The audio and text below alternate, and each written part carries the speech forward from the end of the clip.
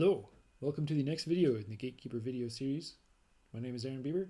I'm going to be showing you how to add an Active Directory backed portal to your AccessEnforcer. So let's go ahead and get started. First, we got to get to our Gatekeeper page under Security, Gatekeeper. As you can see, we have no portals currently defined, so let's go ahead and add one.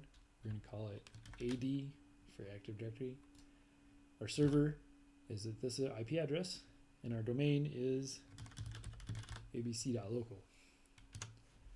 Our base DN is auto-populated, and since we're lazy, we're going to go ahead and click Detect Encryption Settings. And then our URL is going to be abcproservices.com/gatekeeper. As you can see, this auto-detected port 389, and it set encryption to none. This is bad practice. We strongly recommend that you use TLS. Even though the traffic is local on the network, anyone sniffing it would be able to see passwords. So you want to make sure that this is TLS.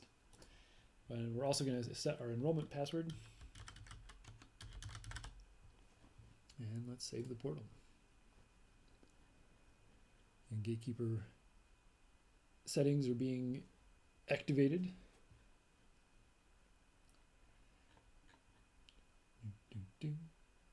All right. That's how you add a portal. From here, we could invite users using the Manage Users button, or we could manage rules, clicking the Manage Rules button. That's it for now.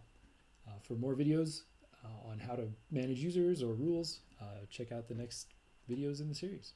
Thanks.